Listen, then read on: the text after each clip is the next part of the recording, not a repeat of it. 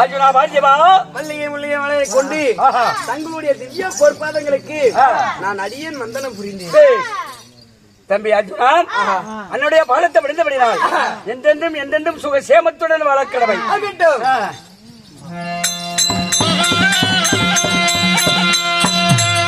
உலகத்தாலே அமர்ந்தது இந்த வேகம்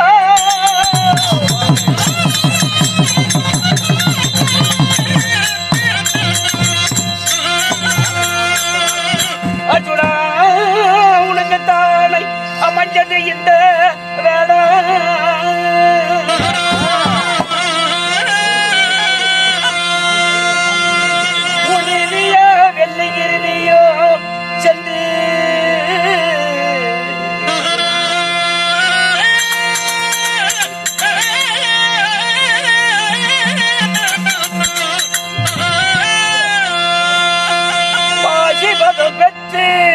நீ உறுதியாய் வருவாய் தம்பி.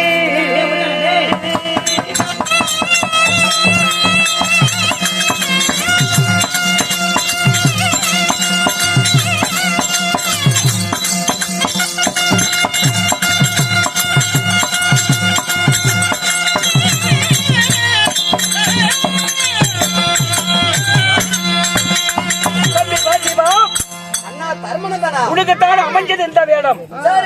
உறுதியா வெள்ளிங்கிரி சென்று எதிராளி ஜெயிப்பதற்கு ஈசன் வரவும் பங்காளி ஜெயிப்பதற்கு பாசிபதம் பெற்று உறுதியோட திரும்பி வருவாய், சென்று வருவாய். அதனாலே அண்ணா தருமனந்தனா தங்களுடைய முகத்தை பார்த்து நான் கோபித்து சென்று விட்டேன், என்னை மன்னியுங்கள். இப்பொழுது ஆனா தம்பி சரியோ சரியுடித்து ஒரு தவமுனி போல் வேடம் கொண்டு ஆனால் தம்பி, ஏனென்றால் நான் ஒரு வார்த்தை சொல்லுகிறேன். எப்படி?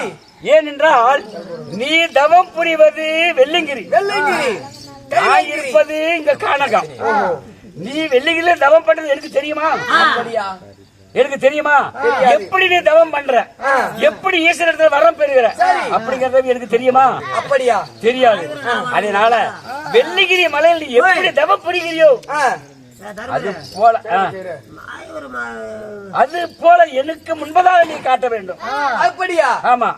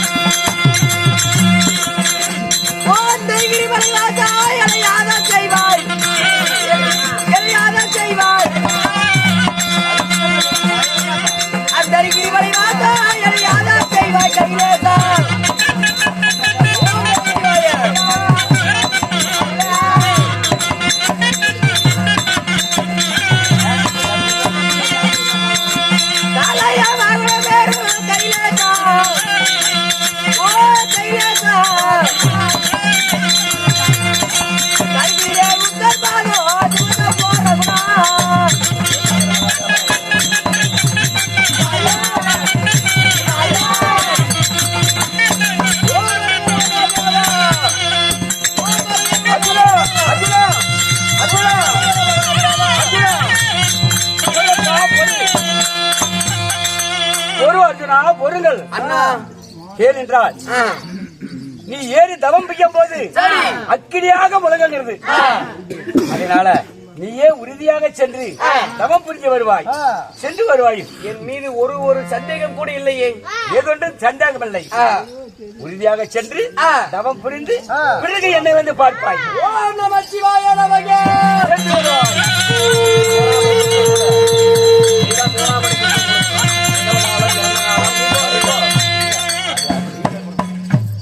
மாமா மாயவா பார்த்திவா நந்தநந்தனா நாராயணா மதிசூதனா கேசவாகனா ஜனார்தனா கோபாலகண்ணா கோவிந்தா நாராயணா மதிசூதனா பார்த்திவா பொறுப்பாதங்களுக்கு நான் அடியேன் வந்தன புரிந்தேன். மாமா அலமண்டாகட்டும்.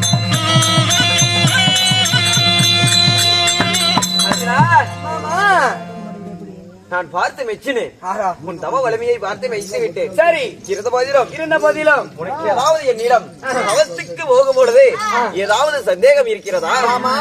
ஆ. அதாவது ஆ. வெள்ளங்கிரியோ கைலங்கிரியோ நான் சென்றதா இல்லை. அதாவது எண்ணற்ற ரிஷிகள் ஆ. எண்ணற்ற தவ கோலத்தில் தவ ரிஷிகள் தவறுகள். வெள்ளியங்கிரியில் கடூரமான தவங்களை செய்கிறார்கள். ஆமாம்.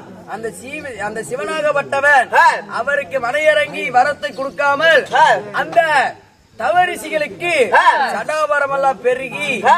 அதிலே குருவிகள் எல்லாம் கூடு கட்டி முட்டை பொறித்து குஞ்சு பொறித்து வாழ்கின்றன. அதுபோல அத்தனை ஆண்டு காலம் ஆகிவிட்டது.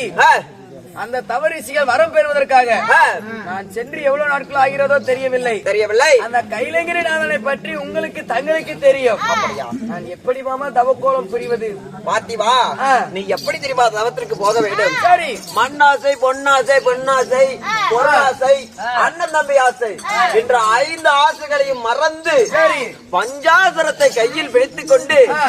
அரகரா சிவனே என்று அந்த சிவனின் நாமத்தை தோத்தரித்துக் கொண்டு, சரி. அதாவது கால் கட்டவர்களை பார்த்த கண் மற்றவர்களை பார்க்காமல், மற்ற பெண்களை பார்க்காமல் சிவனை நினைத்து தோத்திரம் செய்து கொண்டு தவத்தை செய்தாயானால் நிச்சயம் உனக்கு அந்த பாசிபதர்ப்ப கனி கண்டிப்பாக உனக்கே கிடைக்கும். அப்படியா மாமா? மேலும் போகும் வழியினிலே ஏதாவது ஒரு ஆபத்து என்றால் இந்த ஹரியை நினைத்து தோத்திரம் செய்தாயானால் உடனே வந்து உன்னை காப்பாற்றுவேன். அதட்டு மாமா, போய் வா.